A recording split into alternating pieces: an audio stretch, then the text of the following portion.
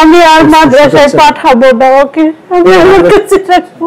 মাদ্রাসার সাথে তো সমস্যা নাই, এটা হচ্ছে তার না, ও যদি না পড়তে চায় আমি আর রাখবো না, খালি একবার ফিরে পেলে আমি আমার কাছে রেখে দেবো ওকে। বাসায় রেখে, যদি শিক্ষক রেখে পড়ার লাগে আমি বাসায় রাখবো, কিন্তু ওকে মাদ্রাসায় ওইভাবে একা রাখবো না। আমার বাচ্চাকে খুঁজে দেন সবাই, সবাই একটু সাহায্য করে দেন আমার বাচ্চাকে খুঁজে পেতে। পিকচারে দেখছেন এই ছবিটা জুম দিয়ে আমরা কাছ থেকে আরেকটু দেখাচ্ছি, যদি আপনাদের চোখে পড়ে কিংবা কোথাও আপনাদের নজরে আসে কিংবা কোথাও আপনাদের অনুসন্ধানে আসে, দয়া করে আপনারা এই নাম্বারে যোগাযোগ করবেন। এই নাম্বারটা হচ্ছে আমি বলছি 01798205805।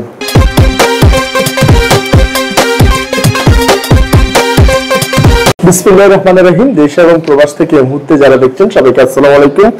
আজকে আমরা অবস্থান করছি বাংলাদেশের প্রথম বেয়ারিশ হাসপাতালে। এখানে আমার পাশে যিনি বসে আছেন, ওনার সন্তান আজকে 12 থেকে 13 দিন নিখোঁজ অবস্থা রয়েছে। তিনি এসেছেন রাজশাহীর নওদাপাড়া বাজার থেকে, আমচত্বর থেকে, রাজশাহী নওদাপাড়া আমচত্বর থেকে আসছে। রাজশাহী সদরে এটা নাকি? হ্যাঁ, রাজশাহী সদরে নওদাপাড়া আমচত্বর থেকে আসছে।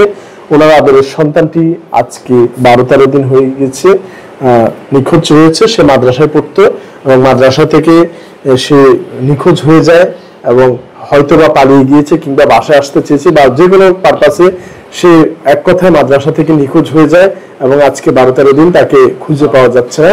তো তারা খুব অস্থির, উদ্বিগ্ন এবং অসহায় অবস্থায় রয়েছে। তারা চেষ্টা করছে কিন্তু কোনোভাবেই হদিস পাচ্ছে না। তো বাচ্চাটির ছবি আমরা দেখতে পাচ্ছি। বাচ্চাটি 13-14 দিন হয়েছে হারিয়ে গিয়েছে। আমরা যদি ওনার সাথে কথা বলি, আপনার নাম কি?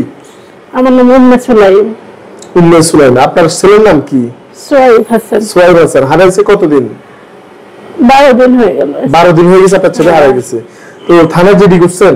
হ্যাঁ, থানায় জিডি করছি। খোঁজাখুঁজি করছেন, মাইকিং করছেন? হ্যাঁ, মাইকিং করছি। প্রত্যেকটা গাড়িতে এরকম ছবি লাগাইছি ওখানে। আচ্ছা, তো কোথাও কোনো এই 12-13 দিন হদিস পান না? না, কোনো। সে যে মাদ্রাসায় পড়তো, মাদ্রাসার নাম কি? মাদ্রাসার দারুল আসাদ। আসাদ, রাজশাহীতে এটা? হ্যাঁ। আচ্ছা, তার বয়স কত হবে? বয়স 13 বছর যায়, 14 বছরে পড়েছে। আচ্ছা, তা এখন তার পরনে কি ছিল যখন হারায় যায়? পায়জামা, পাঞ্জাবি, টুপি। সবসময় আমার ছেলে এটা পরে থাকে। পাঞ্জাবি টুপি কি কালারের পরেছিল এটা ওরাও বলতে পারছে না যখন বের হয়ে যায়। আপনি জানেন না? এখন ওখানে ব্লু কালার হতে পারে কিংবা এই যে যেটা পরে আছে এটা হতে পারে। মাদ্রাসা থেকে বের হয়েছে তো, কিন্তু আমার ছেলে টুপি খুলে না, মাথাতে টুপি সবসময় থাকে। সে কি স্বাভাবিক আছে? মানে শারীরিকভাবে স্বাভাবিক? শারীরিকভাবে স্বাভাবিক বলতে একটু মানে চালাক ছেলেটেলের মতন না, একটু সরল টাইপের।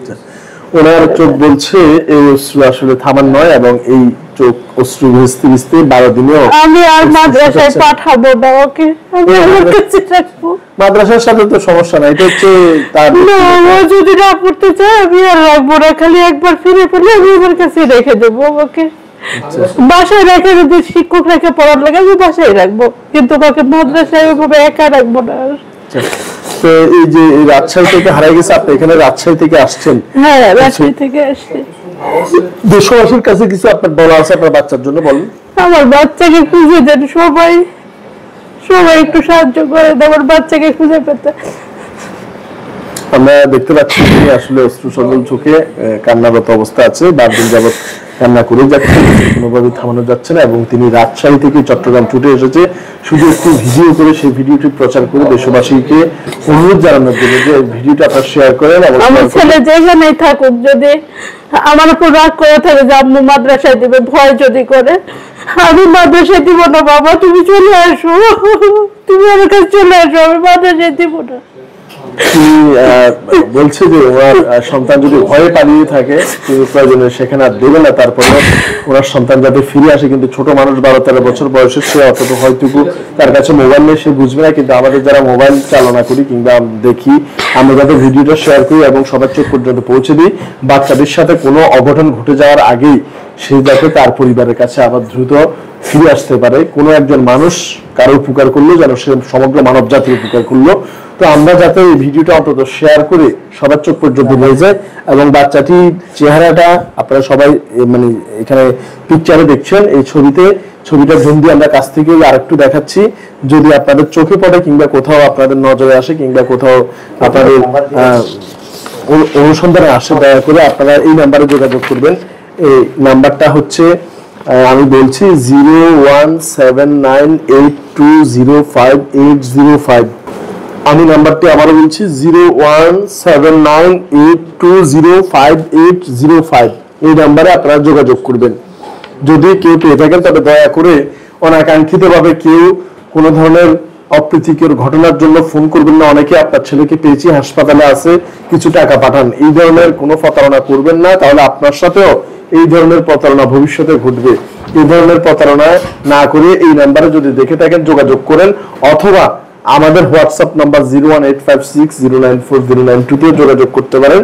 এবং বাচ্চাটি যাতে দ্রুত তার মায়ের বুকে ফিরে যায় এবং আমরা সবাই যার যার জায়গা থেকে শেয়ার করব, এবং যদি সম্ভব হয় আমাদের চোখের মধ্যে পড়ে আমরা অবশ্যই যোগাযোগ করব আর দোয়া করব ইনশাআল্লাহ।